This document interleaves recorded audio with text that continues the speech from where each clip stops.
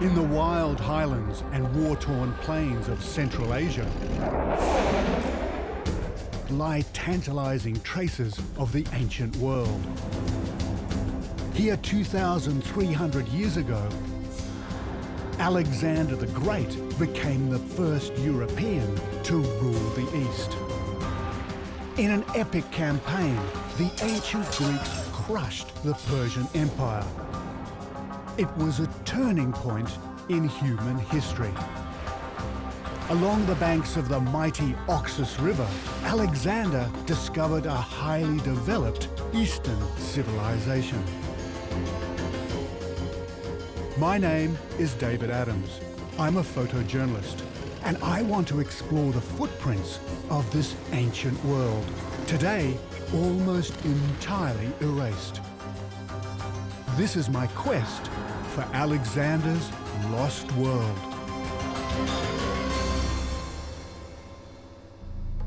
Alexander the Great set off from Greece to conquer the rich land of his Persian foe.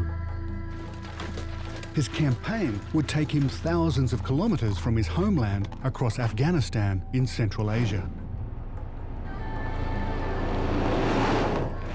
I want to find out what the world looked like to Alexander.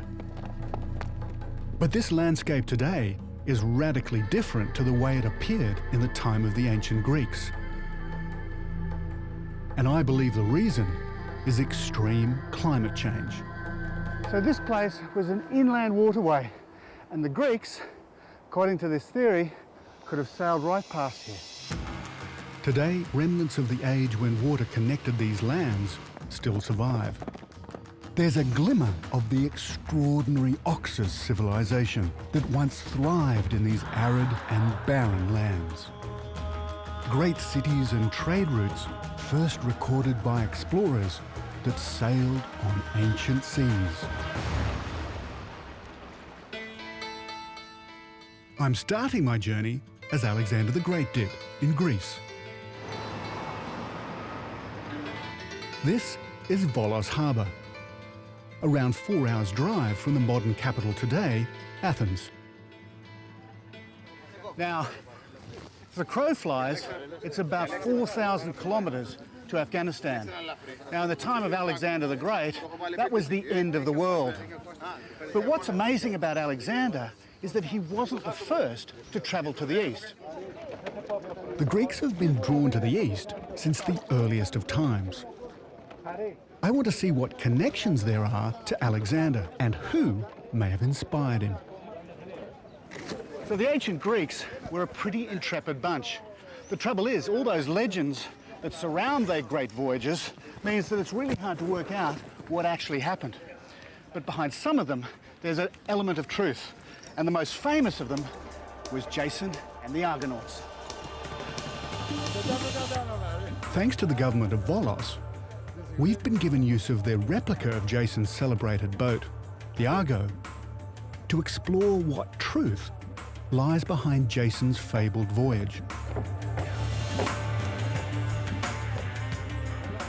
When Jason and his crew of Argonauts are thought to have set sail, over 3,000 years ago, ships like this plied the Aegean Sea.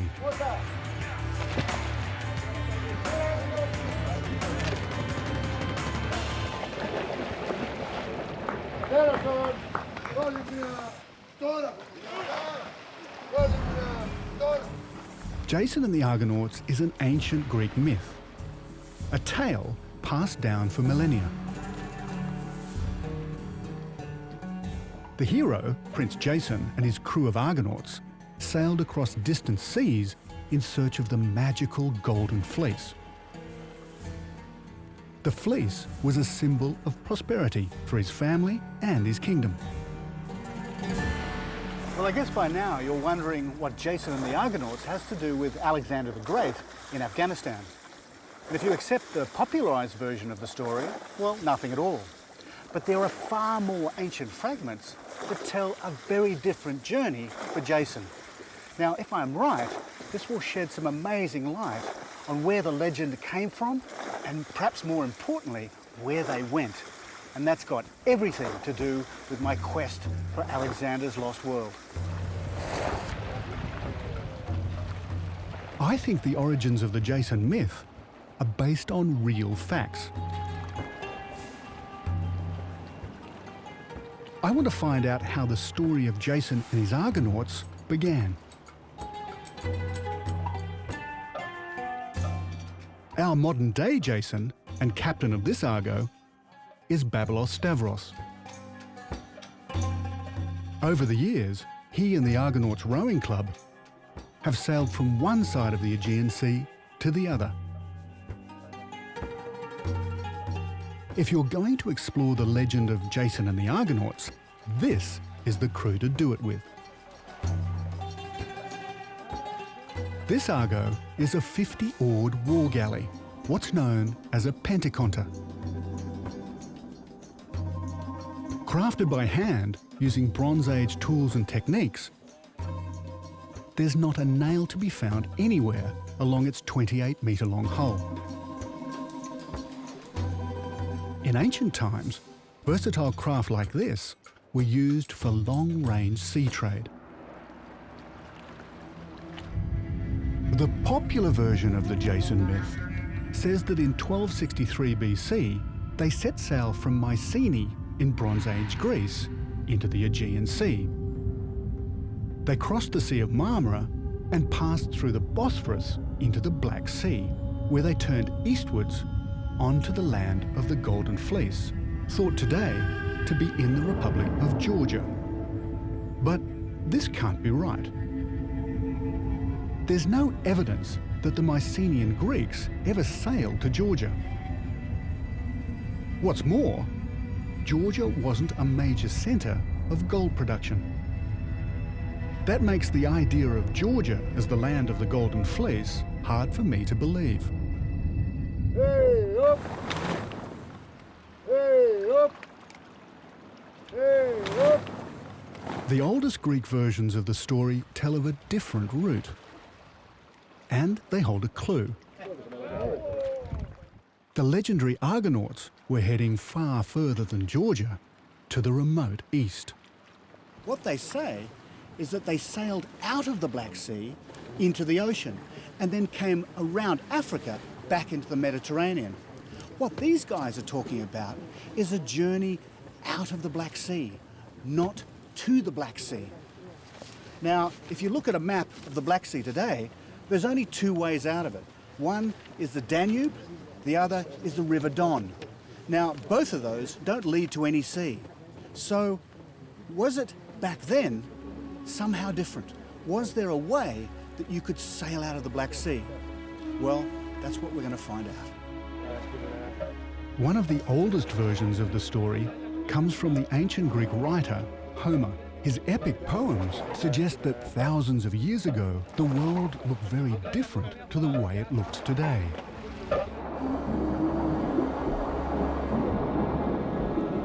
Water levels were so much higher, the seas, lakes and rivers of the Earth would be unrecognisable to us now. At the end of the last ice age, around 14,000 years ago, climate change began to melt the vast ice sheets of the Northern Hemisphere, causing mega floods. The Caspian Sea rose more than 50 metres. That's over 160 feet. As it continued to rise, it spilled over, flooding into the Black Sea.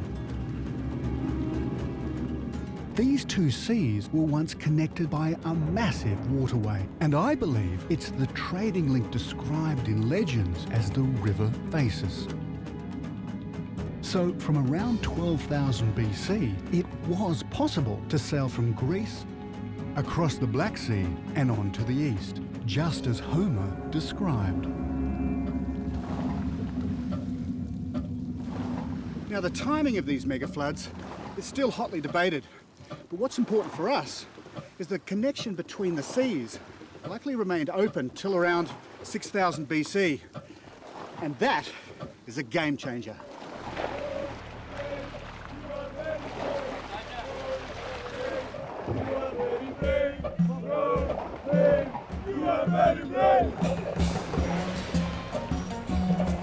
The ancient Greek tale of Jason and his brave Argonauts could have originated thousands of years earlier than we think, with the first people to sail across this ancient waterway. We're pulling into shore because there's a very special place I want to see, a short distance out of town.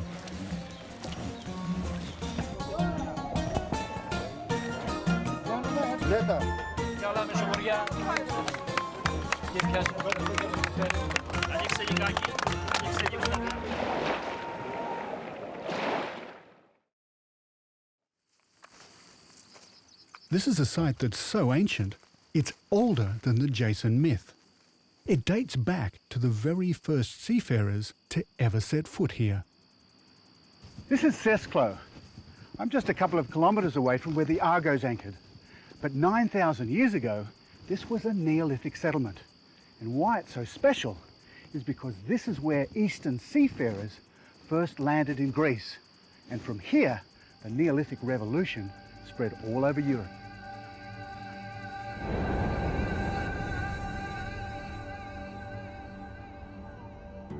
In the Neolithic era, a revolutionary change in human civilization was taking hold. People left the nomadic lifestyle and began to farm. Now they could rely on a stable source of food, and this in turn gave them the freedom to travel. Archaeologists refer to it as the Great Exodus. In a series of voyages between 7 and 6000 BC, pioneering seafarers sailed westwards from the coasts of Turkey and Syria across the eastern Mediterranean all the way to Greece. What's so significant for us is the place where these seafarers settled, right here, is exactly the same place that the Jason legend begins. I believe the story of Jason and the Argonauts is far older than we've ever believed. I think it originates with those seafarers. So instead of being a Bronze Age tale told only 3,000 years ago, I'm convinced the legend of Jason and his Argonauts began with the true story of pioneering Neolithic mariners who migrated across the world when the seas were connected.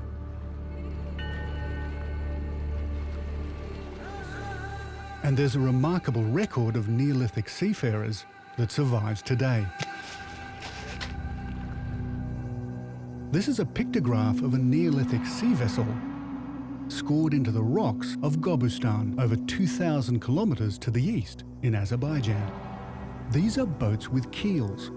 Some have as many as 37 oarsmen. They suggest that Neolithic seafarers had developed the technology needed for long-distance marine navigation. So they could have travelled and traded between east and west. For all this to be feasible, there must be some evidence that the waterway linking these seas, the legendary Phasis River, actually existed. Like the Neolithic mariners, I'm heading from Greece across the Black Sea to southern Russia. Water levels have dropped by as much as 75 metres. That's nearly 250 feet. But I believe that a remnant of the Phasis still survives. It's known as the Manich Waterway. It runs for over 600 kilometres, almost all the way to the Caspian, in a chain of lakes, streams and boggy wetlands.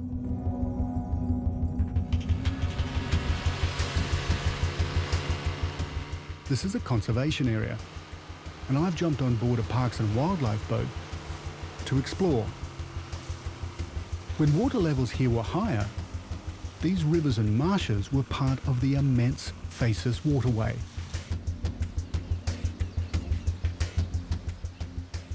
What's truly remarkable is that after 8,000 years, Kazakhstan and the Russians are planning to reopen it. In a series of canals and dikes, they're going to actually connect the seas again. And once again, you'll be able to sail from the Black Sea through to the Caspian. Just like the Russians today, the ancient Greeks had the same idea. Very likely inspired by the myth of Jason, Alexander the Great believed that once an ancient connection between the seas had existed. And in 282 BC, a Macedonian general named Patroclus was ordered to search the Caspian Sea to find out if it was still possible to sail between east and west. Patroclus' report reveals that he reached the point where the Manic waterway begins today. Here, he would almost certainly have seen all that remained was a series of streams and marshes.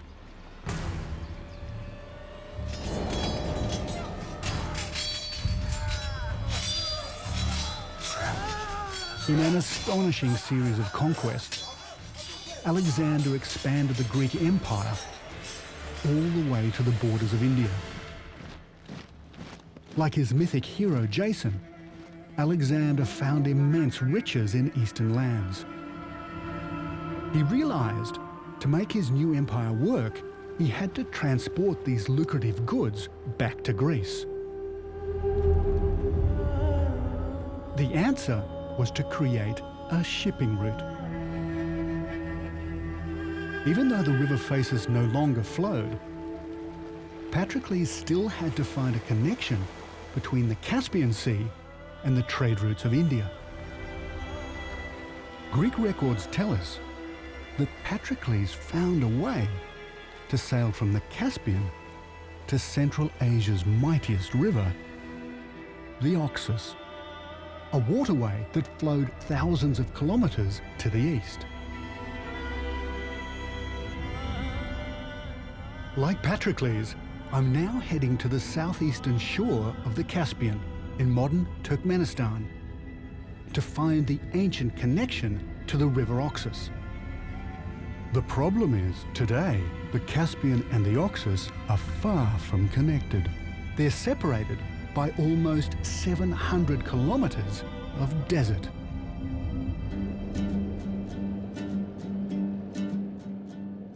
Water levels have dropped so much that today it's a completely different world.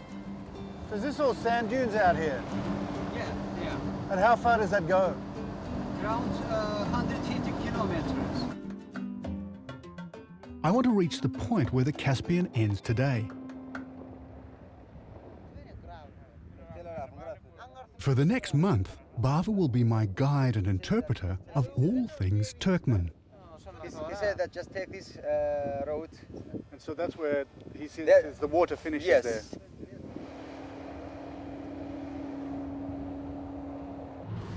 Well, this is probably as far as it comes. Can we stop here, Gooch? This looks right.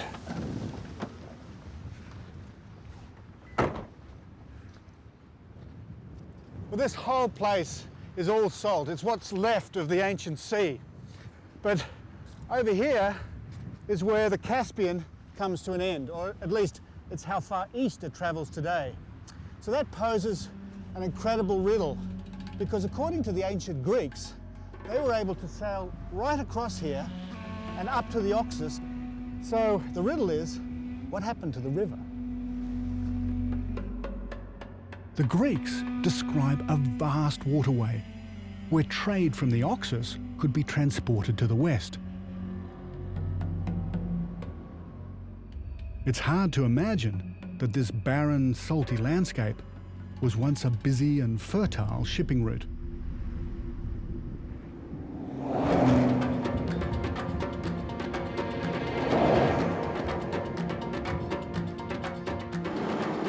To prove that Patroclus' journey was possible, I need to find a trace of the ancient riverbed. Our search leads us into one of the most extreme places on Earth, the Karakum Desert. Summer temperatures can reach 52 degrees Celsius. In the depths of winter, they plummet to a bone-freezing 40 below. This is virgin territory for all of us. According to Bava, no outsiders, and few locals even attempt crossing this sea of sand. So if it looks a bit deeper, a bit sticky, the mud, Yeah. do you think we should turn around? I think so. You know, it might rain too, so let's not take a risk. We're following the dry and broken bed of a river that today is called the Osboy. Could it once have been a branch of the mighty Oxus Delta that Patroclus recorded? 200 kilometers into the desert, and the Osboy is starting to show signs of water flow.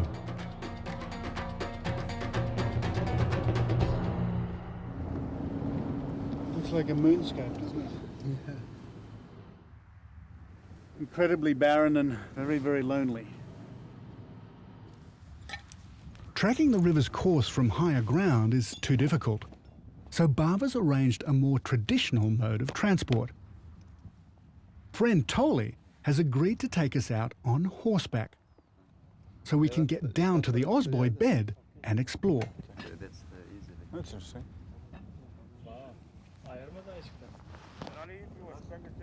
If you're wondering why Toli's actually putting on a costume, it's not for us, it's not for show.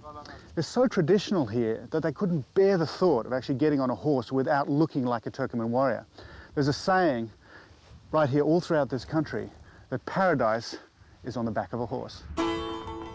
Locals like Toli are known as the Artili, people of the horse.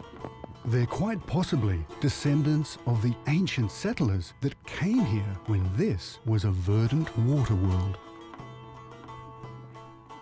The rest of the team will follow with all the gear, food and water in this monster.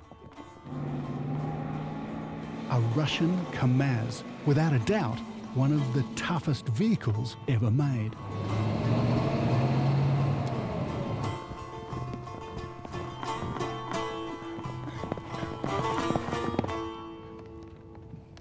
In this barren and desolate region, there's a ruin that stands as a monument to ancient river culture.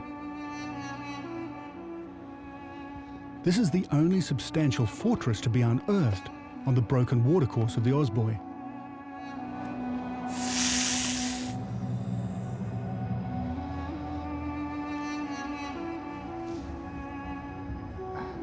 It was part of a settlement called Igdikala, and it was built around 200 AD, 500 years after the voyage of Patroclus. It's like it was yesterday. It's amazing that probably a good-sized town lived in this place, whether it was a place where there was taxes collected by water traffic or whether it was completely dry here and it was actually caravans coming through. It shows you how climate change can totally change a place. People could not live here today. It's far too dry and there's no water. It's all salt water. It's all that remains of a once thriving ancient city.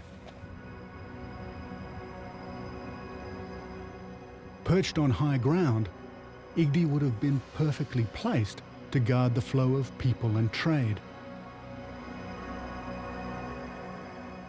But the very presence of this fortress town suggests that even after the time of Patroclus, water levels here were still far higher than they are today. In the time of the ancient Greeks, the Oxus was a mighty floodway, as wide as the Egyptian Nile. The problem is, the Osboy is a slow, meandering river. These gorges are just 100 metres across at their widest points. That's only 300 feet. The Oxus would have been at least 5 times as wide. So there's just no way the Osboy could be the river connection I'm looking for.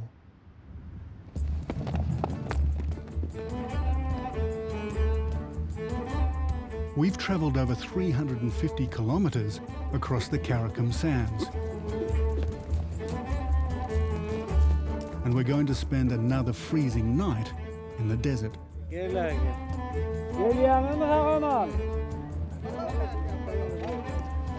thank you.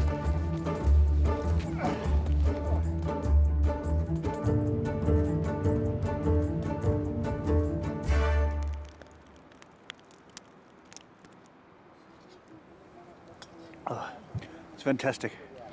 Basically, it's a whole sheep, boiled, and this is the juice. And it's fantastic. It's cold outside, and this is really warm. And the vodka is helping. Vodka is best. Vodka is best.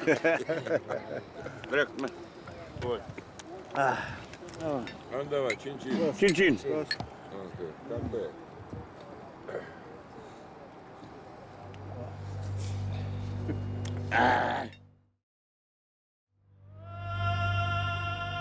This has always been a land rich in resources. This fiery crater is seeping natural methane gas. It was ignited only 40 years ago, but it's earned the name Gate to Hell.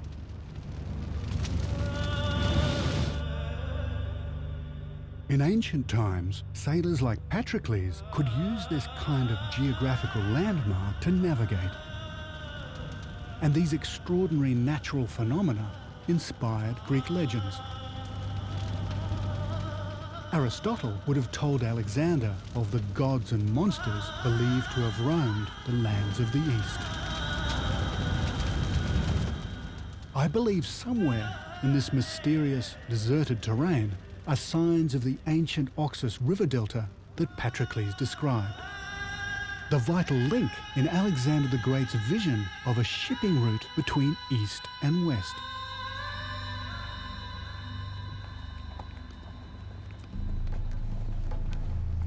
There's one forgotten theory that could hold the key. In 1898, Ellsworth Huntington, professor of geography at Yale University, analysed the fluctuation of the Caspian. He declared that the Osboy was not a river at all, but part of an estuary. Water levels were still so high in the time of the ancient Greeks that the Caspian and the Aral Seas were larger than they are today. And the terrain between the seas would have been covered with water, making a series of vast wetlands. Huntington's theory helps explain how Patroclus was able to sail east from the Caspian into the great delta of the Oxus.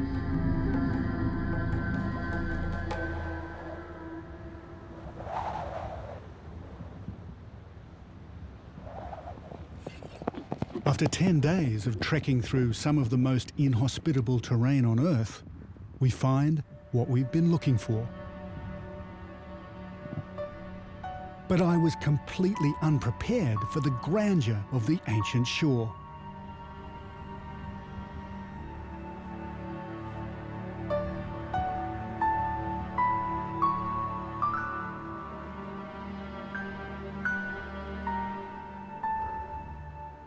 Standing here, it's clear that this was once the edge of a great inland sea.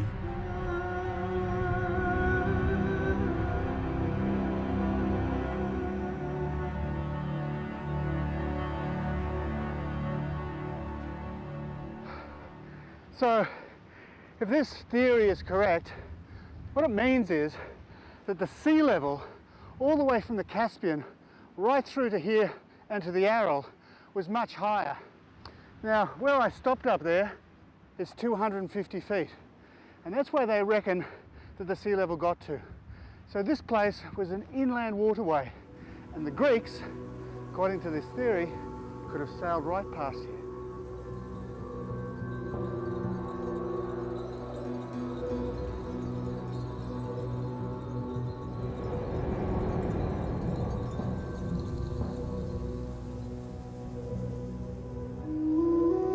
"2,300 years ago, this would have been a maze of river channels and countless reed beds. A bountiful wetland, just as Patroclus and the Greeks reported. I've heard that to the north lie the ruins of a magnificent city, settled by the Persians around the time Alexander travelled east.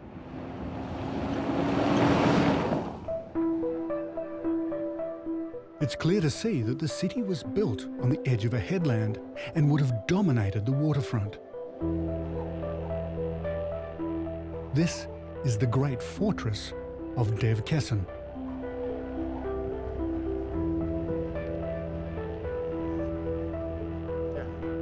Today, Dev Kessen lies right on the Turkmenistan-Uzbekistan border in no man's land.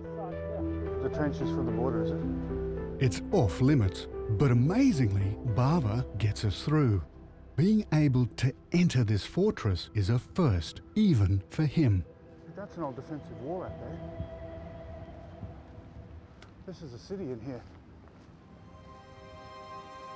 The city's built upon a 30-metre high escarpment. It was protected from attack by a system of moats and defensive walls that lead back through the city entrance to the central citadel, or Arg. Have you ever seen a gate or an entrance like this anywhere? It's quite incredible. It's the shape of a battle axe or a semicircle. That would have been one drawbridge and one moat. And then over here, there's a whole nother moat. Another drawbridge would have taken you into the city. You can sense the ancients here. A place of such obvious prosperity must hold so many stories of life, death, and ultimately collapse. The first settlers would likely have been followers of an ancient monotheistic religion called Zoroastrianism. But this shrine dates back to more recent medieval occupation and the arrival of Islam 900 years ago. As the wetlands upon which the city depended dried up, Dev Kessen's eventual demise was inevitable. Well, I'm absolutely blown away by this place. It is magnificent, and particularly because it hasn't been robbed. Basically, as far as archaeology is concerned, it's intact. But if you can imagine what this place was like, people lived here from about 400 BC, perhaps earlier, all the way through to about 1550, 1600.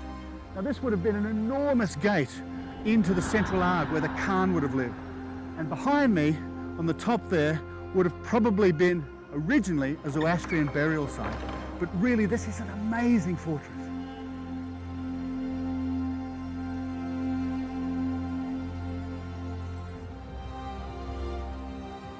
But Dev Kessen is not alone.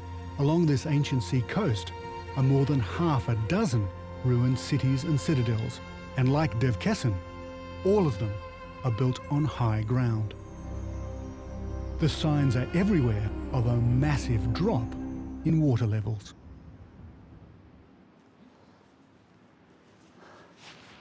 Well, this is quite a hole in the ground, this.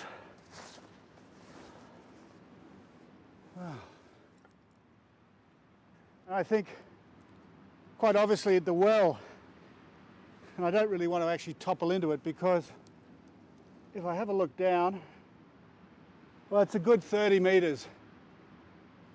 And what it is an amazing indicator of what these people went through over the centuries, because it probably started at, when the water level was much higher, as quite shallow.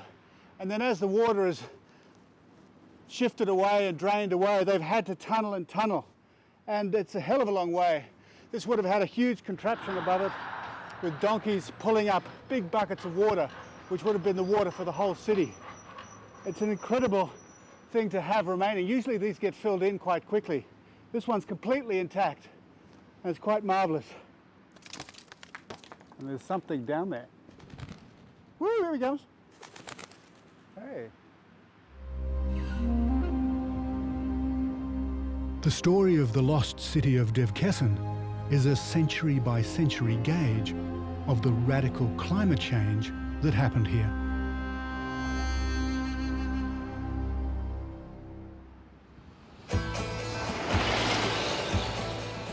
What's remarkable is that the very same thing is taking place today.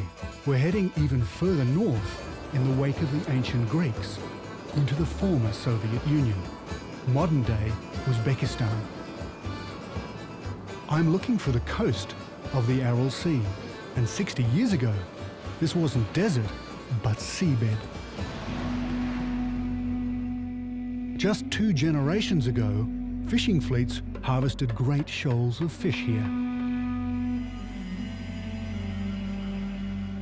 Like the aftermath of a tsunami, the last of the Aral fishing fleet lies scattered, like children's toys in the sand.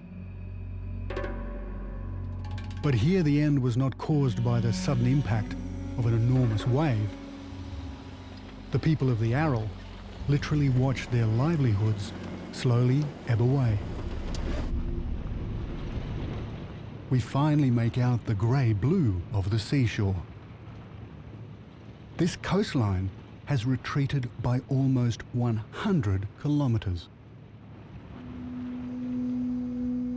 With no rainfall to speak of, the Aral relies exclusively on the waters of the ancient Oxus and the Oxus. But these rivers have been so depleted by the impact of Soviet irrigation schemes that hardly a drop reaches the Aral shores. It ranks as one of Earth's greatest environmental disasters. Today, this sea is on the brink of extinction. According to my GPS, it's about 54 feet above mean sea level. That's about 16 metres. Now that's an incredible change from the 1960s, when the sea level was 100 feet higher than where I'm standing. What's also incredible, it's incredibly cold. It's about -2 degrees. My hands are absolutely numb, and operating this thing is quite difficult. Patrocles records the distance from here to the Caspian, but makes no mention of the Aral Sea. Water levels here were so high, the Aral was part of a connected waterway. What for me is amazing is that 2,500 years ago, the sea level was actually 200 feet higher.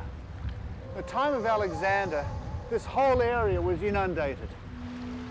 So what it means is our climate, and particularly this area, has been very, very changeable over thousands of years, much more changeable than we've ever thought.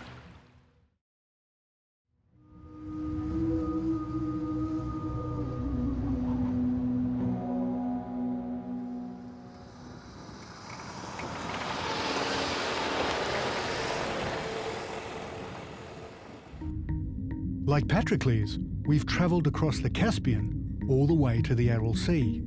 Now we're heading south towards Afghanistan to reach the Oxus River. In the time of the ancient Greeks, it would have been a leisurely sail from here to the Oxus Delta. But for us today, it's a 300-kilometre drive. After 2 weeks of desert travel, we're about to reach our goal.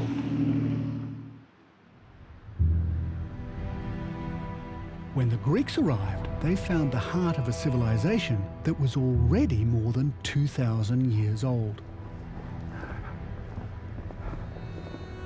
Well, this is it, the Oxus, what they called the great parent stream of humanity. And it was supposed to have rocked the cradle of our race. Now today, it still flows 2,500 kilometres from the roof of the world almost to the Aral Sea. It is one of the world's great rivers. Today, it disappears not far from here in 1,000 irrigation canals. But in the time of Patrocles, this river was in full flow. He'd succeeded in his mission. Patrocles confirmed that just as Alexander had imagined, this great river did carry trade from India through Central Asia to the Caspian Sea.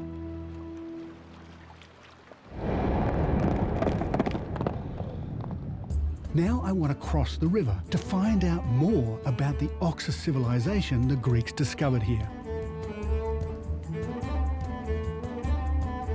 These Turkmen are on a cattle drive, and they're heading for the same place we are, a ferry boat.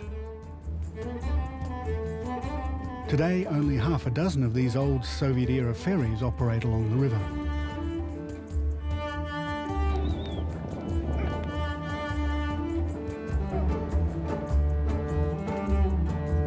The traffic slowly died as the Oxus trade diminished, countries and borders changed, and roads and vehicles spread. Well, barges like this have been going up and down the Oxus for a long time. Right through the Soviet period, you could actually sail from the Aral Sea. Today that's not possible, but in the Greeks' time, this river would have been full of traffic.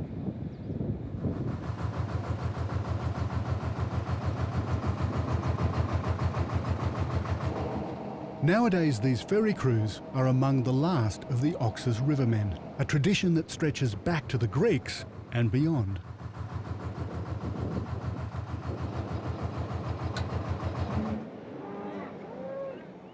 Long ago, the Oxus was an ancient highway with thousands of settlements, citadels and fortresses spread out across its tributaries. And there's one place, now deep in the desert, that straddled this system over 4,000 years ago.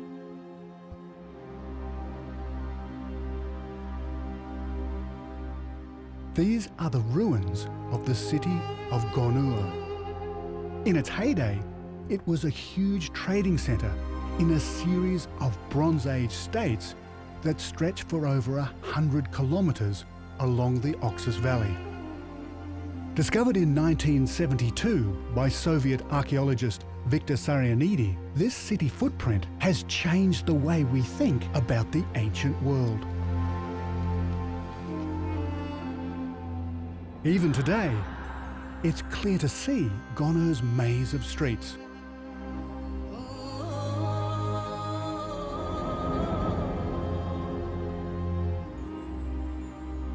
It's an extraordinary experience to stroll through the alleyways of a city that was flourishing in the Bronze Age, over 1,500 years before the arrival of Alexander. The people that lived here fired ceramics in kilns, grew grain, and raised livestock. Archaeologists have even found traces of a sophisticated irrigation system.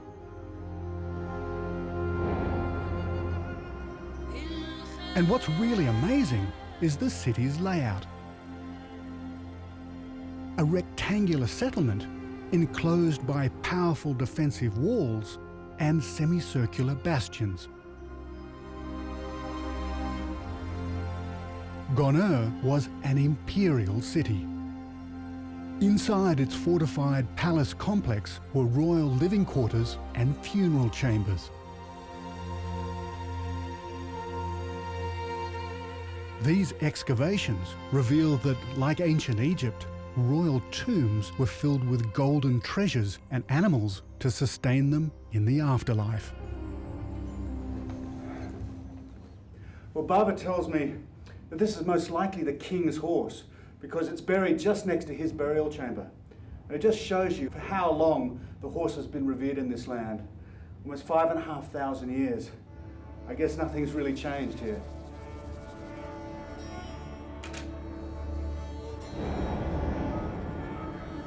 Gonur was a major commercial centre, comparable to ancient cities in Egypt and the Indus Valley. It seems like it sprung from the desert, but thousands of years ago there was water all around. Well, once this was actually full of water. This was probably the king's reservoir. And this was a filtration system that took the mud out of the river or the canal water, so it was pure. But then something went radically wrong, and this place was abandoned. Gonur and its sister cities vanished just as mysteriously as they'd appeared. So how can this all be explained? How could a civilization simply appear, thrive for 500 years or more, and then just as mysteriously disappear? Really, that's just another example of just how fragile human society really is. These places thrived, and then they were turned to dust. Conquering armies like Alexander may have sped up the process, but really it's been the environment that's decided the fate of mankind.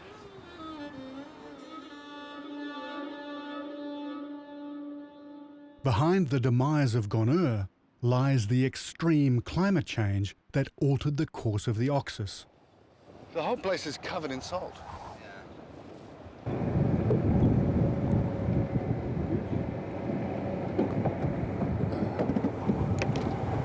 Wow. Well, this is incredible. This is an ancient lake. Now, my GPS has brought us here and it's confirmed the research that I've been doing. Basically, all the way from Afghanistan right through here to the Caspian is a low depression. Now, I think it's the bed of the ancient river, because all of these lakes actually were once full, and carbon dating has shown that 5,000 years ago, this was actually a huge swampland. When it had too much water, or the river changed course, it came through here, flooded these lakes, and this was an entirely different world.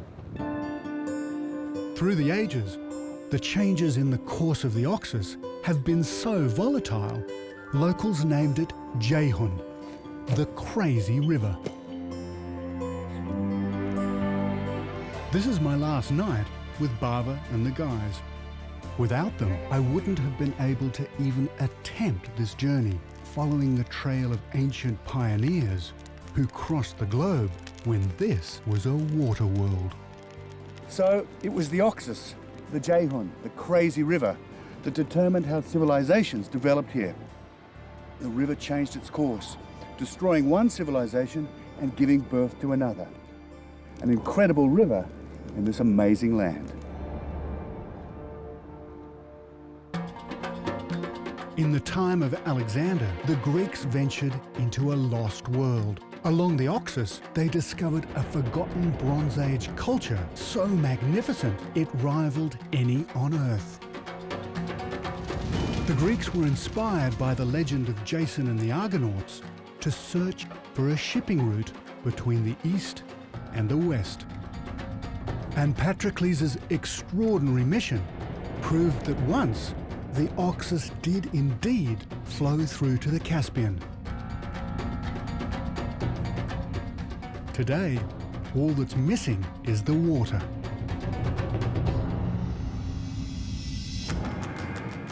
But far from the end of our journey, this is just the beginning.